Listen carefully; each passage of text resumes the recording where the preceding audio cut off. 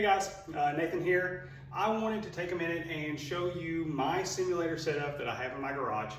I have in this total setup that I have right now about $900. I've seen other people post pictures and videos of their simulator setups, their DIY budget simulators, and I think mine is comparable or better to anything that they show on there. Obviously, it's not a $20,000, $30,000 setup, with a GC Quad or a Garmin or anything like that. But for me, this is a very, very good setup, very useful. I work a lot. I have 2 kids, a wife, family, and going to the driving range that's 40 miles away 2 or 3 times a week to hit balls is just not an option for me. So I really like this setup. I can come home, I can take this whole thing down in about 2 minutes. I can set it up in about 2 minutes. My wife can still park her car in the garage. So for me, I think this is a perfect setup. So I want to just kind of show you what all I've got going here. First off, I have a launch monitor. I have an MLM2 Pro. It is the best budget launch monitor, I think, on the planet. I cannot imagine there would be a better one than this. This thing does everything. When I first bought it 2 years ago, it was not that great. It was very laggy. It had connection issues. Some of the features didn't work on it very well. But kudos to the people at Rapsudo because they upgrade this thing all the time. There's an update, it seems like every couple of months. And every time that they update it, it just gets infinitely better. They've even added some like club path degrees and angles and stuff in there recently that make this just an awesome, awesome tool that it's going to be really hard to compete with, if you don't want to spend $20,000 on something else. So that's the launch monitor I have. They do have a cheaper version too that I started off with. I used it for about a year. This one is better because it has more of like the live game feel. You can actually see the shot path and all that on your balls. So pretty cool setup right there. Also, I have my custom built hitting mat. I went through several hitting mats. I started off just like everybody. I bought a cheap mat on the internet. I set it on the ground. I beat balls off of it for a couple months. I broke 2 irons doing that, and I hurt my wrist a little bit. So since then, I've learned some tricks. I had an idea about what I wanted. I thought I would be able to go online and Google it and find some DIY tips on how to build your own custom garage mat. I couldn't find hardly anything. So I just had an idea. I went to Lowe's, I started buying some stuff, and this is what I came up with. So all in all, I think I got about 130, 140 bucks total in this thing right here. The base part is just a cheap golf mat that I ordered off of Amazon. I've got a layer of foam underneath it and a piece of plywood on the bottom. The real cool part about this mat and what makes it so different than anything else that I've ever had is I built a DIY divot action part of my board right here. So this cutout right here is actually a piece of plexiglass that's glued with some foam underneath it, some soft foam, so it really gives. Whenever you hit down into it, it bends in and it feels just like you're hitting off grass. I mean, I went to country clubs and went to driving ranges and hit off their mats. They don't feel as good as this thing. This thing is a great, great addition to any golf mat that you're building, even if you didn't want to do the whole thing. Hitting off of this is 1,000 times better than just hitting off of this thing on the ground. So, and also I've had a couple of golf mats where I wore out the spot that I hit the most. I ripped it, everything like that. So this right here, this allows me to just pop this out, replace the top part, keep going, keep hitting balls without replacing the whole thing or building a new thing. I didn't want to cut the 4x8 pieces of plywood that I had. So I came up with another idea, and I had a bunch of these little pieces of hidden turf that I bought over the last couple of years.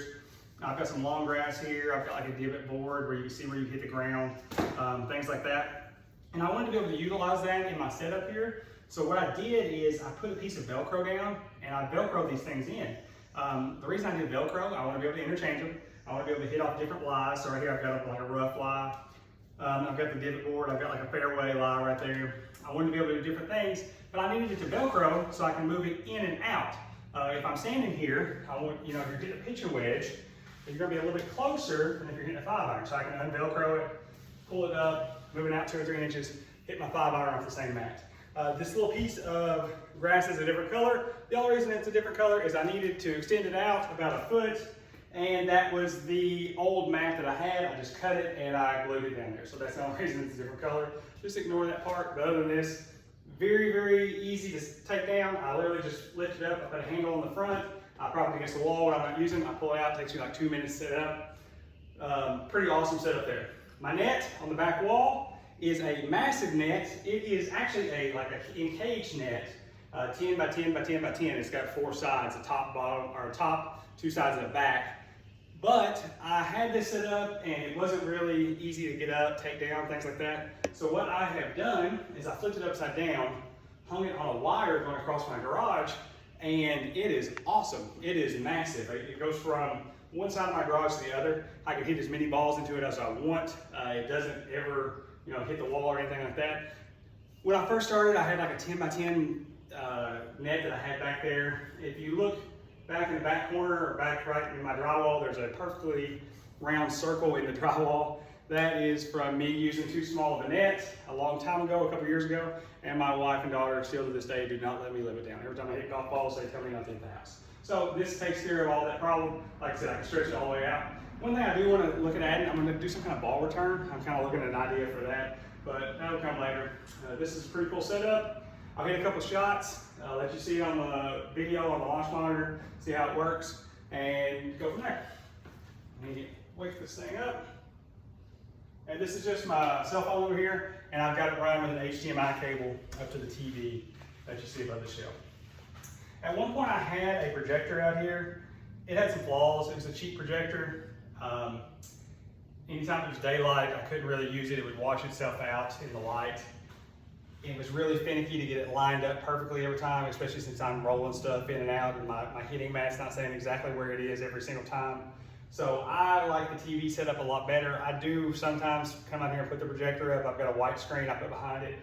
It's fine. Like I said, it takes way longer to set that up than it does this. This is just literally plug it in.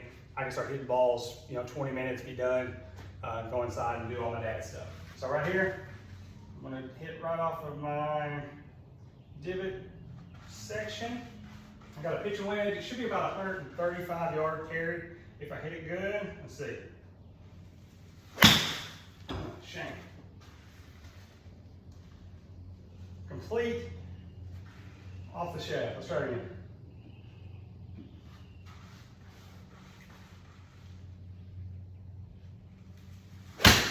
That's better. Let's do one more. That one, 131 yards, carry, 138 total. It tells you everything. There's like 20 different stats you can look up on this screen. You can just start selecting them, which one you want. I could do a bigger breakdown of this whole launch monitor setup sometime too, if you'd like to see that. Hit one more here. There we go. That was a good one. I think it's going to be really close to 135. See?